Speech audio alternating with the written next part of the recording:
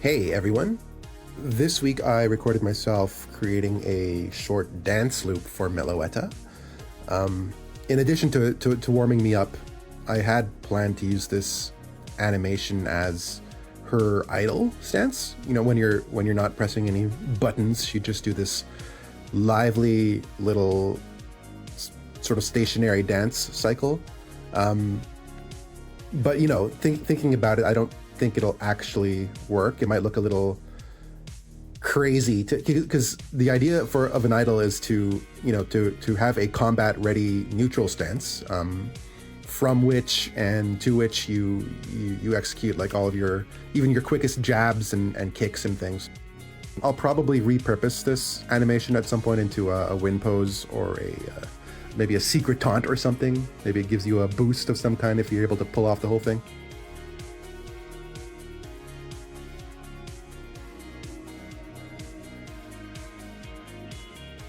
Doing this, I did learn about some potential pitfalls in drawing this character. Meloetta is, until now, I think the skinniest character I've had to work with, and the way that I de-render sprites to bring them into the engine, I do lose a lot of information with the line widths, and usually this is like not an issue with bulkier characters, right? Because their mass and their color usually fills in a lot of that missing information in your brain. But with Meloetta, I'm needing to take extra care with her lines and her silhouette so that she doesn't just appear as a tangle of lines and can remain legible in her movements. This wasn't the problem with Primeape, who was the first character that I made for this game.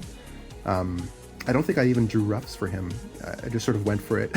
and that spontaneous energy really fit him, right? But with Meloetta, you know, you're aiming for poise and for grace, and it's like, I went into making CC with the intention of seeing what I could do while being as lazy as possible, and ballet is, you know, it's all about control. And when I dance, when I Ivan B, creator of PKMNCC, dance, it's like I dance the way that I draw Primeape. You know, it's all animal instinct. I'm just like flailing my limbs about, and it really works. People dig it. But with Meloetta, I really need to get into the mindset of like self-control and deliberate movement, yet without appearing stiff. Like the movement needs to appear effortless and natural, yet like beneath it is still like 1,000 hours, or in Meloetta's case, like 1,000 years, 10,000 years of practiced, ritualized movement, if she's like the embodiment of dance or whatever. And that's a high bar. That's a high bar. So it's I've come a long way from just drawing funny critters throwing punches. But you know, I like it. I like this. I like being able to explore variations on the idea of Pokemon as martial artists, fighting types.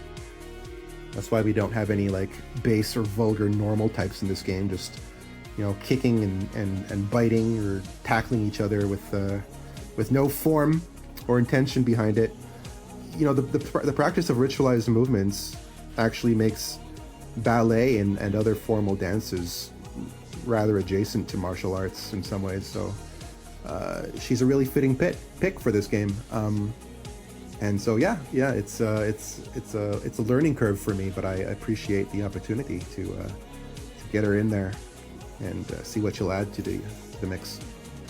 Anyway, I hope you enjoyed this week's inside peek at Meloetta's development.